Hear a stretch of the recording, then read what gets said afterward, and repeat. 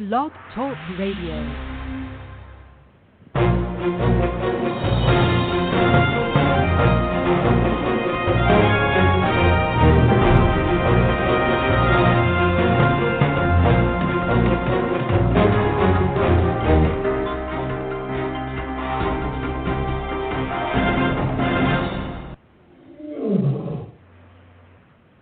And welcome to another edition of Carnivore Radio. I'm your host, Jeff Sherman. We have a very special guest. Dr. Gilmore is on the show. She's a renowned person in her field, the area of psychology, self-improvement, overcoming obstacles.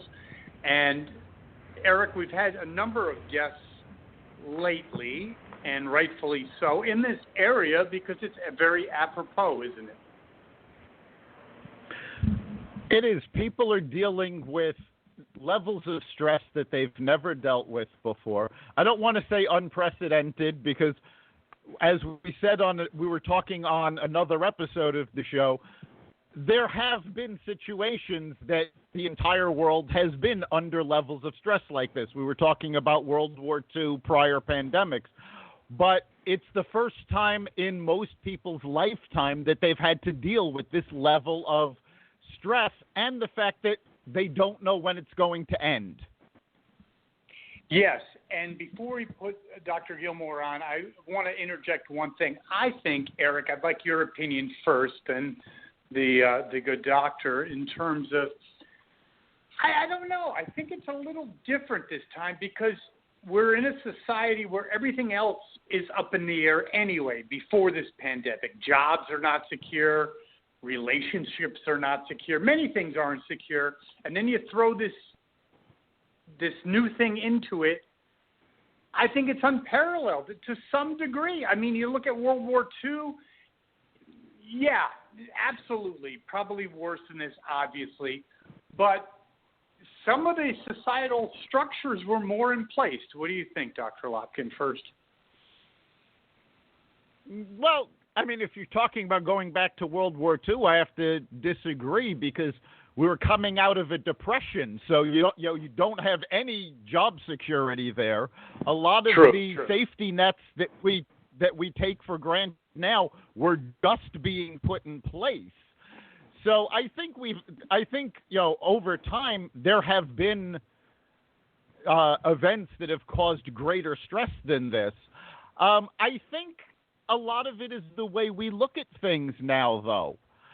As we said when we were talking about the World War II area on a previous episode, people's attitudes were different.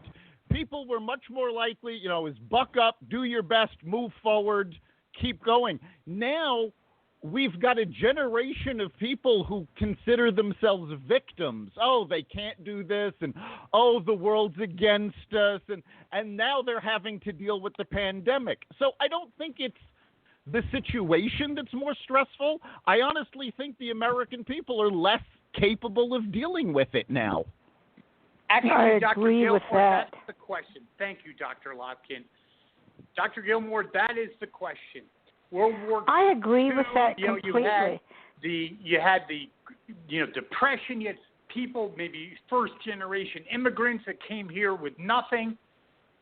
Are we in a situation, as Dr. Lopkin kind of articulated, that many people are not capable or don't have the experience to deal with what's in front of them?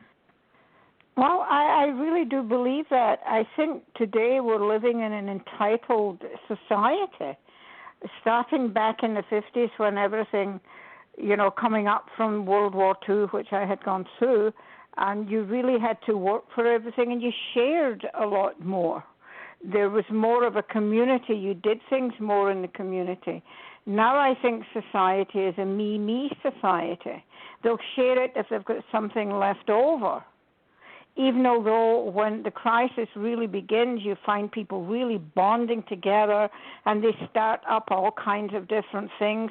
But I don't think they last long. They begin to say, wait a minute, I don't like what's happening to me. This is not right. I can't get on the internet. The power has gone out. It's a major catastrophe if they can't get on the phone. So I think Dr. Gilmore, the way society looks at things. I actually, hold on, I agree with that. That let's say you're going through the Great Depression, not something anyone would want to go through. My parents went through that. World War. You did have a sense of community. Before this pandemic, it was every person for themselves, wasn't it? Mm-hmm. Not every case, but a lot of the cases. Yeah, there are still many. I think there's a lot more kindness goes on, but I think there's more anxiety in the world. More things are expected from you. We're in a technology society where you press a button and you get answers. I'm finding children with Apple Watches, they know how to put the answer to tests on their watches while they're taking their exams. The kids come into my office and they'll say, "Oh, I have the answers on my Apple Watch." We've gone away from striving. Just our morals have changed over the years also.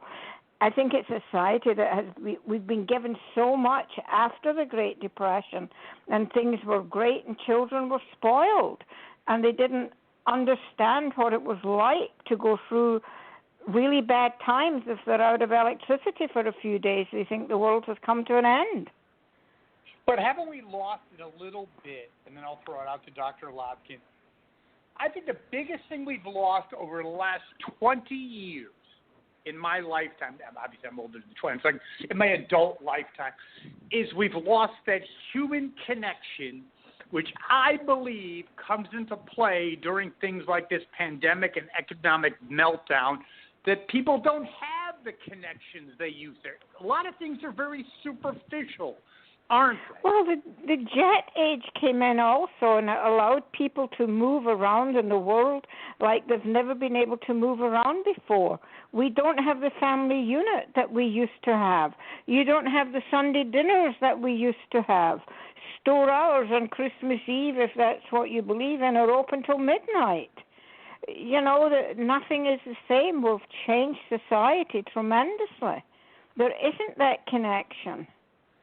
But don't you think in the end we might have chased things like material goods, career success, and we've lost sight of maybe the most important aspect of real human happiness, and that is personal connections, either in a love relationship, family relationship, or friendship. Mhm. And it's very competitive. We've got cutthroat jobs, where once you get to a certain age, especially I would say with males, they're terrified to get fired because they can't find another job because now they're too old. The young kids are coming up.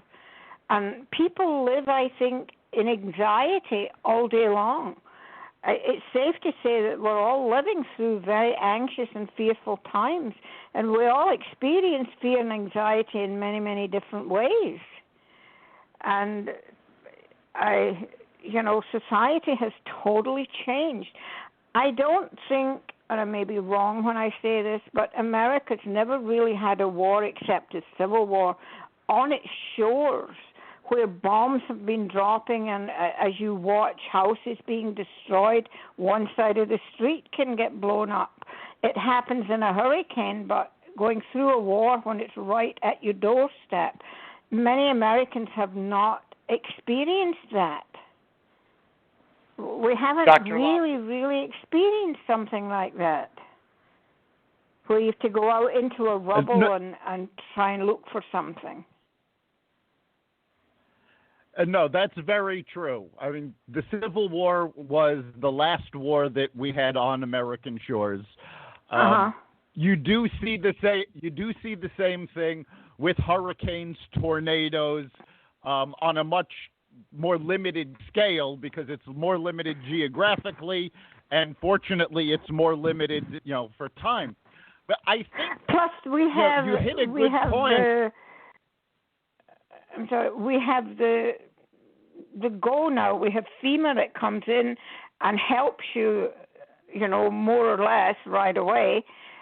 But in war times, you did not have that. You had to fend for yourself. We didn't have the same amount. We didn't have the equipment to move the rubble, so you lived among it.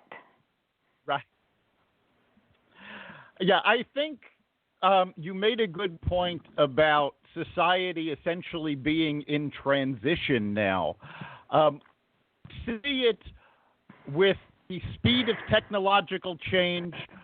Older generations are uncertain with the technological change, so people are worried about their jobs because as new technology and new information progresses, they may not be picking it up quickly enough. So economically, we've changed. We no longer have a society where somebody graduates high school or college, goes into a company, and stays there until retirement. Now the average span of a job is only 3 years, and then you move on to a new job. Again, older generations have had trouble adapting to that. Younger generations, I think, have been under pressure simply because they've been spoiled. There was an article, and I really wish I remember what publication it was, but they were talking about the fact that millennials were sitting in Starbucks with MacBooks and iPhones complaining that they weren't making enough money and it wasn't fair that they couldn't get higher paying jobs. And it's like, but if they can afford a MacBook and an iPhone, they're clearly by no means, going hungry. They're making enough to make these purchases, but they feel, oh, well, other people have. And I think that's really the root of the problem is we're spending far too much time trying to keep up with the Joneses rather than looking at what we have and being grateful for it. Well, I start my day every day by being grateful because I think it's a wonderful way to start the day. Even although you're isolated, you're quarantined, your salary or your income has been limited tremendously, but you still have to find so many things that you can be grateful for. I worked as a nurse a trauma room nurse for over 23 years. And I know what it is. I've seen the suffering firsthand. I've seen death every day for 23 years. So a lot of people don't know what it's like to really suffer. And the compassion level, they feel it for a few days, but then, okay, let's get on with it. So we're just living in a colder society, even though there's still a lot of love, and we have to always remember that kindness is more abundant than anything else in the world, even although we think everything is bad and everything is going to hell, more or less. But there is still a lot of kindness. But the younger generation, you're right, they're spoiled. They're not happy unless they have an iPhone, but they want the latest iPhone. They always have to upgrade. Let me throw something out there. I'm going to be a little philosophical. I'm not so sure people have it all that great. They might have some degree of material wealth, but I still get back to earlier generations where you had true human connection. I think a lot of people feel isolated, and I think that this is why this pandemic has been so brutal for so many people, because so many people have grown up on materialism, on success, on all these things that really, in the end, don't really make that much of a difference, and they find themselves in a pandemic with no connection. And I think that's why there's an alarming study with suicides, and don't quote me on the exact figure, but I'm pretty close, that it's like a year ago, 10% of kids under 25, young people under 25, thought about suicide. Now it's up to like 30, and that's pretty close. Oh, I agree with that completely. We've gone completely materialistic. Both parents are working. Children from, they get 6 months. Someone else is caring for them as babies. Their mothers go out into the workforce. We're living in a different world, so it gives you a different perception of connection. How do children connect? Are they connecting to the babysitter, or are they connecting to the parents? Who do they spend more time with? It has But are an they effect. are they chasing false gods? We're going to have to take a break. But are they facing? Or are they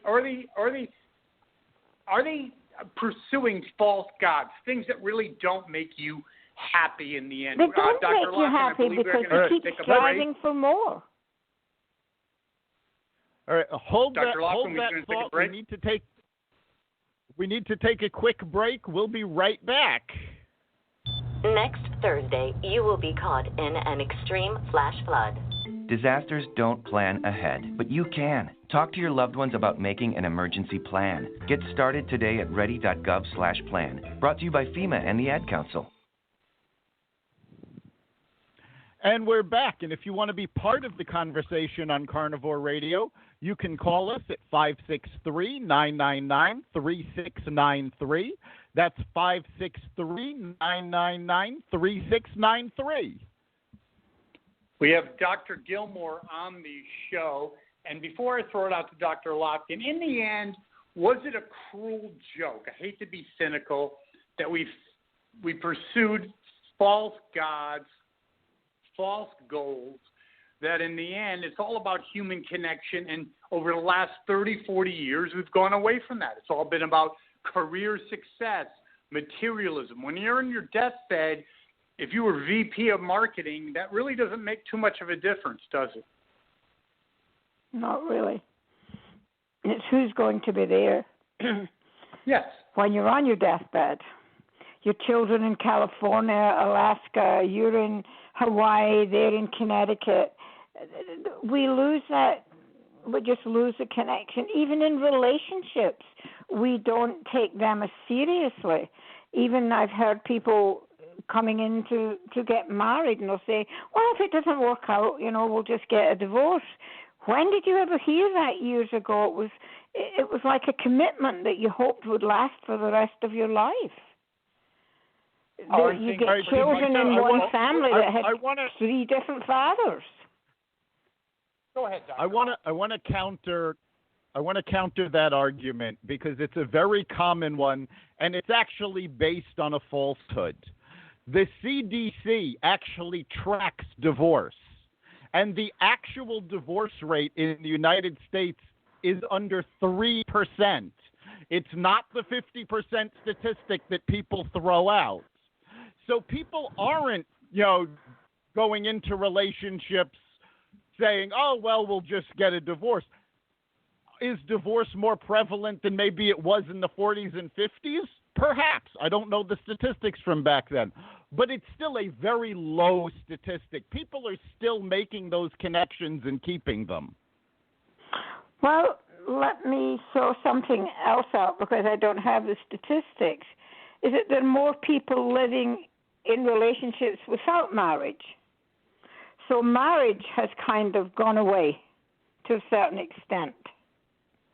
Would you agree with that there are many more people now living in relationships and its significant other? That's very possible. I know among millennials, the age that they're getting married has been rising. So rather than people getting married at 18, 21, they're actually waiting until they're in their 30s. Mm-hmm. Well, Dr. Gilmore, I have a question for you as we're going into our second half of the show. Okay, so let's talk about, we've outlined, some of the societal dynamics that's going on, and I think it's very, very interesting to say the least. Let's talk about to our listeners about the real deal, the real situation. Let's just talk about the people that are facing this pandemic, people that are facing unemployment, people that are facing being alone, people that are facing uncertainty that they've never faced before, looking at jobs that have transformed from being in the office by the water cooler, and now you're doing things online.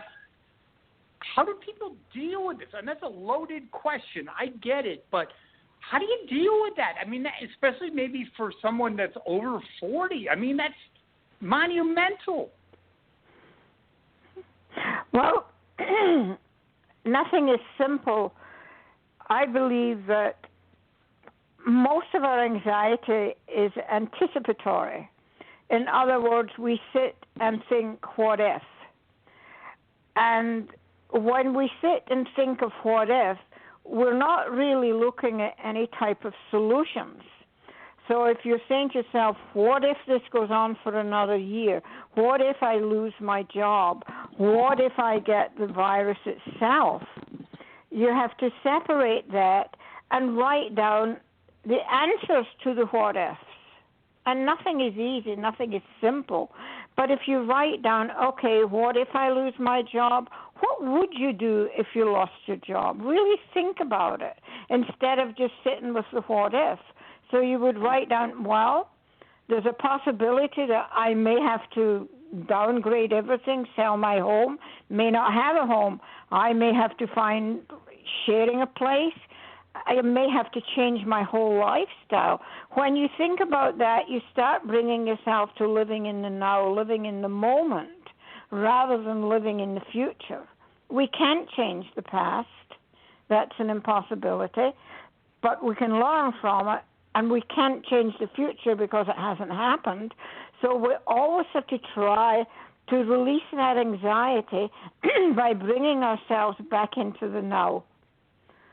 And Dr. Lopkin, I think that is an amazing point. Please comment on it. It's right on the money. What she's talking about is actually the core belief of mindfulness. It's focusing on what's in front of you right now, not worrying about what was in the past, not worrying about what's in the future, but handling things as they come and being aware of your circumstances. That's what mindfulness is. And mindfulness is, there's tons of books, shows, podcasts, all about mindfulness. It's become a core in people's lives because it's such a good way to cope with what's going on. Something else, I think we have fallen into the trap of comparing. We compare where we are now to where we used to be. We compare where we are to where our neighbors are. And we're not necessarily comparing using facts.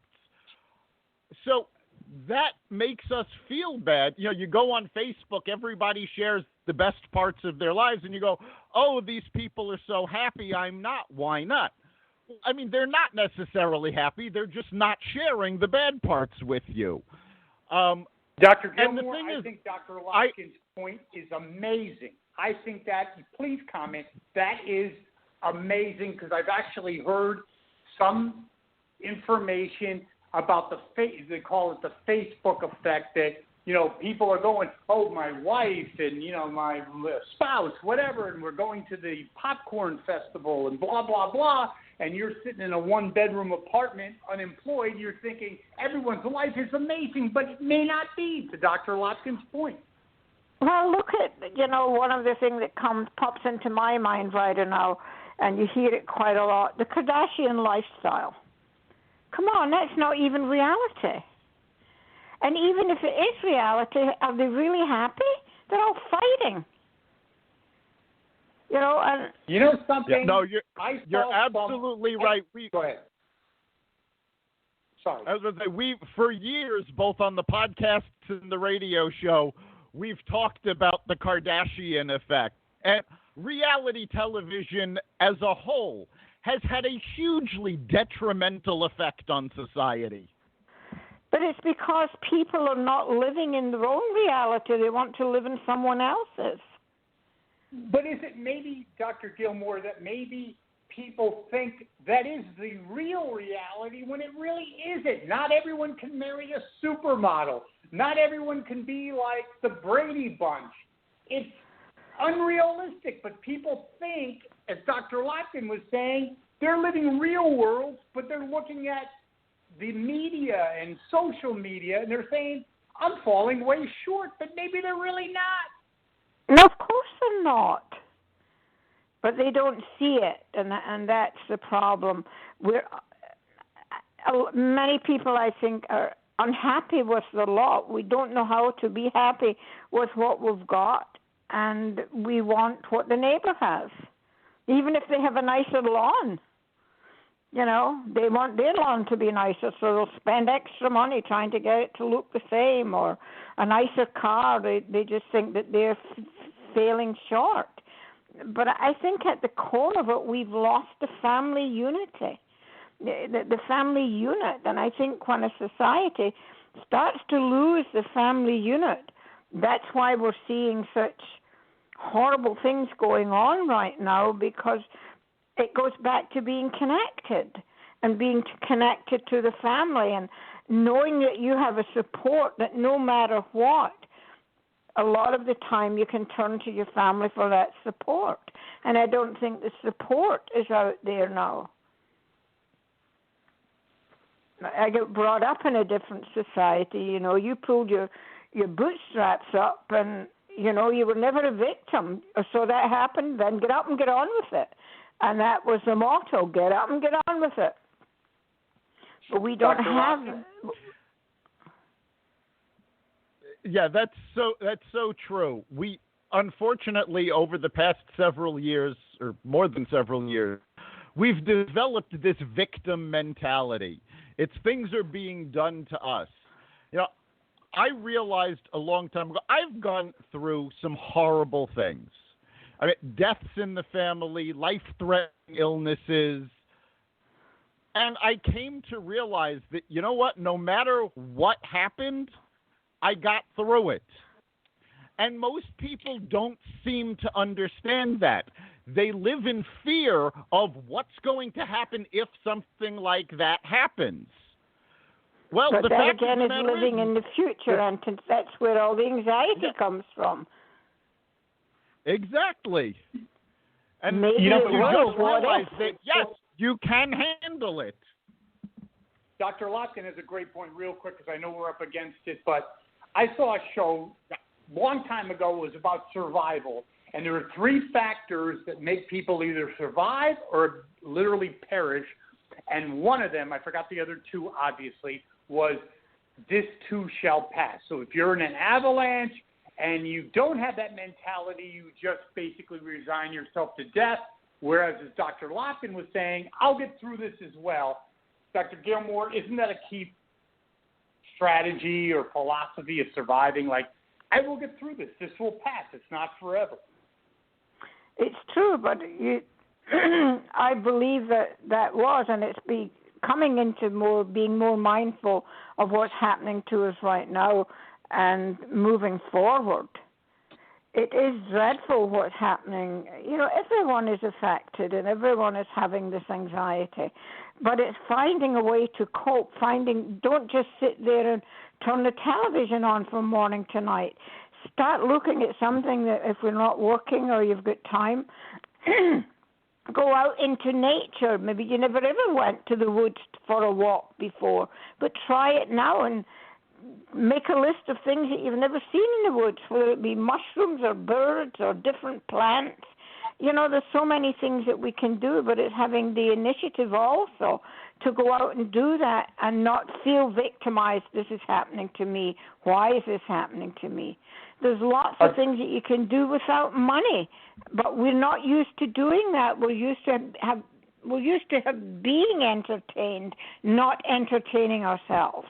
Agreed. Dr. Lopkin, I know we're up against it. I think Dr. Gilmore needs to give her information on how our listeners can get in touch with her. I think she has a lot of great things to say. I'm supposed to give my information. If our listeners want to get a hold of, well, if they want to talk to you, get a hold of your services, how can they do that? Oh, they could call 860-833-4136. Very good. Well, That's thank you so line. much for being on the show. Dr. Lopkin, great show, correct? Great show. It was fantastic having you. You've been listening to so Carnivore much. Radio. We broadcast live at 4 o'clock weekly at blogtalkradio.com/Carnivore Radio. You can also catch the replay as well as our Carnivore Bites podcast at body.com, iHeartRadio, Apple Podcasts, and wherever you find podcasts. We'll see you next week. Dr. Thank you Gilmore, so much for inviting me. Thank you. Right. Bye-bye.